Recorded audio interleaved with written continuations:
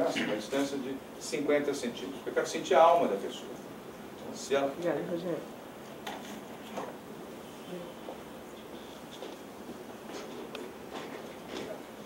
Se eu percebo, naqueles 10 minutos iniciais de conversa, que a pessoa tem brilho nos olhos, eu sigo a entrevista, vou até o final. Se não tem brilho nos olhos, eu educadamente encerro a entrevista sem abrir o currículo.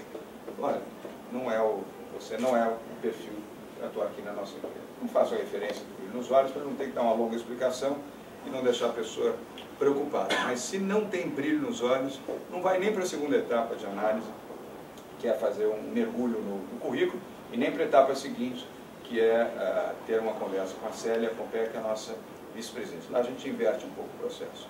Quem faz a primeira peneira sou eu mesmo. Eu não chego na etapa final.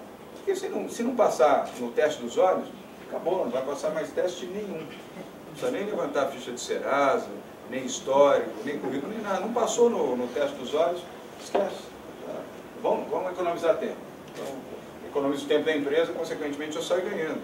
Não fico lá a vice-presidente, a área de recursos humanos, levantando, apontando. Não tem brilho nos olhos, ponto.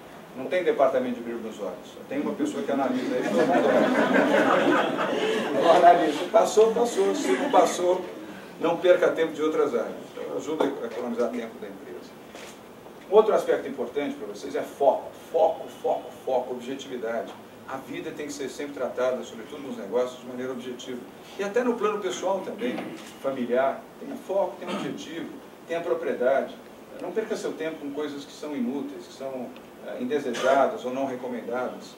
Nós fazemos um evento lindo chamado Family Workshop. É o evento que eu mais gosto de fazer. Vamos para o 7º ano agora, lá no Guarujá, no Hotel Sofitel Jequitimá, em fevereiro. Um evento que eu tenho muito orgulho de ter criado com a nossa equipe. Foi um pouco da minha sensibilidade, psicologia humana, depois fui buscar um grande médico especialista, psiquiatra, especialista em relações humanas, para me orientar, que é o Samitiba, hoje ele é o curador desse projeto, de quem gosto muito. Mas eu criei esse projeto exatamente para mostrar aqueles valores que eu já comentei com vocês da família, de você sendo feliz em casa, você pode ser também um líder feliz. Pais felizes, líderes capazes. Então, este bom sentimento é foco também. Por quê?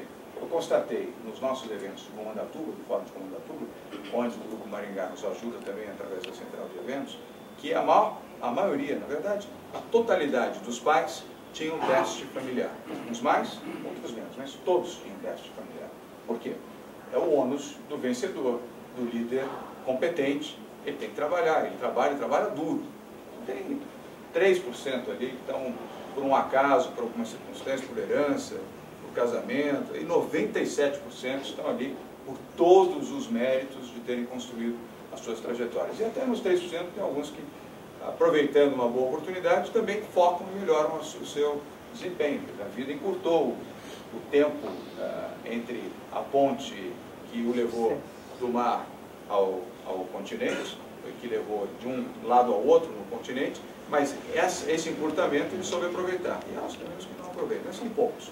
Porque a convivência é tal que ajuda você a enxergar os seus próprios defeitos. Pois bem, no déficit familiar, voltando ao tema da objetividade, como é que a gente diminui esse déficit familiar? Não vai mudar. O Marcos e a Beth não vão conseguir mudar a vida deles do ponto de vista, bom, olha, não vou trabalhar mais 8, 9, 10, 11, 12 horas por dia, 13 horas por dia. Eu vou trabalhar 4, vou ficar 4 com os meus filhos, ou com os meus netos, ou com os meus cachorros, ou com as artes, ou com a pintura, ou com o álcool. Não vai conseguir. Não vai conseguir. Ele vai sofrer e vai fazer mal para ele. E vai fazer mal para a Beth. Como é que você supera isso? Foco e objetividade. Tem que ser mais intenso com as pessoas que você gosta. O que é a intensidade? É ser objetivo. Quantos pais eu conheço que falam com seus filhos e não escutam? É como se não tivesse falado. Que ele não tem intensidade, não tem foco, não é capaz de enxergar a alma do seu filho. Pode ficar 10 horas conversando e no dia seguinte é como se não tivesse conversado nada. Porque ele não mergulhou na alma do filho, não realizou o que o filho deseja, nem os problemas, nem as soluções, nem os temas importantes. Ele foi tão superficial nessa relação que aquelas 10 horas, 5 horas, 4 horas não valeram praticamente nada, exceto o convívio físico. Mais nada. Enquanto você às vezes tem 2 horas, mas é intenso com a sua família, com a sua esposa, com o seu marido, com o seu pai, com a sua mãe, com as pessoas que você gosta, esta intensidade é foco, é objetividade. Ela é representativa, você não vai esquecer. Porque você foi intenso, você olhou na alma da pessoa e ajudou naquilo que ela precisa. Isso vale para os negócios também. Não percam tempo com aquilo que não é prioritário. Nem tentem abraçar mais coisas do que vocês podem fazer. Essa é uma lição que eu tive como empreendedor. Foco, foco, foco. Mas se você quisesse abraçar tudo que chega de oportunidade, etc., talvez até desse certo, mas teria muito mais chance, na minha visão, que dar errado. Até porque eu tenho humildade. Essa é uma outra lição fundamental do empreendedorismo. Você tem que ter humildade, saber onde você pode ser competente e onde você não pode ser. Então, foco. Otimizem o tempo de vocês fazendo foco. As pessoas que focam são melhores também naquilo que fazem. Porque ela tem uma especialização. Né? Nisso aqui, isso aqui é um tema que eu sei. Nisso aqui eu me sinto à vontade. Nisso eu sou bom. É aí que você tem que ficar. Nessa área eu não sou bom. Ou você vai se especializar, vai aprender, ou então coloque outra pessoa para fazer aquilo e fazer bem feito. E finalmente o tema da humildade, que eu comentei. Ter humildade é ter o sentimento do amor. Só quem ama tem paixão, só quem tem paixão ama, só quem ama tem amor, tem fé, e só quem tem fé é capaz de ter também humildade.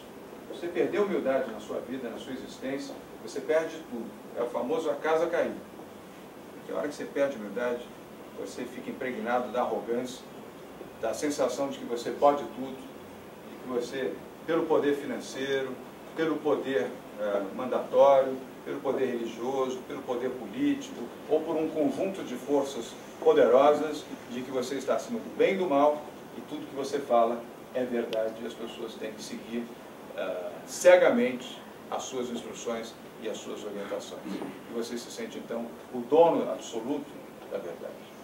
Quantos equívocos graves se cometem, relações pessoais que são rompidas, relações familiares, relações conjugais que são rompidas, são desestruturadas por esse sentimento que vai crescendo, crescendo, crescendo, sem que você tivesse tido essa visão de perspectiva que só a humildade permite. É a visão de perspectiva para você se enxergar, para você ter a visão de si próprio e dizer, eu estou errado, eu preciso corrigir, preciso estar mais próximo dos valores reais da minha existência e não dos valores artificiais da minha existência.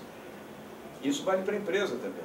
Se você não tiver essa capacidade de olhar à distância, de ter a perspectiva, que a sua capacidade de análise na humildade ajuda você a reduzir erros e aumentar acertos, você está num péssimo caminho. Quantos e quantas pessoas eu tenho visto, principalmente nos últimos 7, 8 anos, em função do LEAD, do Grupo de Líderes Empresariais, pessoas admiráveis, mas que eu sinto e percebo claramente que estão se distanciando das suas verdadeiras essências. Estão se tornando pessoas arrogantes, pessoas determinadas a fazer com que os seus valores sejam mais importantes e mais absolutos do que os outros valores. São pessoas que não escutam, são pessoas que não compartilham, são pessoas que se tornam agressivas nas suas próprias casas, e não eram, hein? Não eram. Ninguém nasce com a soberba. Você não tem uma criança com arrogância. A criança nem sabe o que é isso. O sentimento é puro dela. Mas que à medida que essa pessoa foi enriquecendo, foi ganhando força, poder, projeção, imagem, reconhecimento público, ela esqueceu de uma coisa fundamental, que é preservar a humildade. E ela está nessa trajetória ascendente, mal sabe ela que ela está indo para um limite que é um precipício. Ela está ascendendo, ascendendo, achando que tudo que ela faz e o reconhecimento das pessoas, inclusive na empresa, é por respeito. Nem sempre. Muitas vezes é por medo. Mulheres, esposas, filhos que convivem com pais e maridos por medo. Profissionais que convivem com seus superiores por medo. Vizinhos que convivem circunstancialmente com um outro vizinho agressivo, autoritário, abusivo, por medo. Não é por respeito. A verdadeira liderança se alcança pelo exemplo. O seu exemplo de vida. Como pai, como marido, como irmão, como amigo, como líder profissional na empresa. E não pelo medo. E eu vejo isso muitas vezes, preocupado.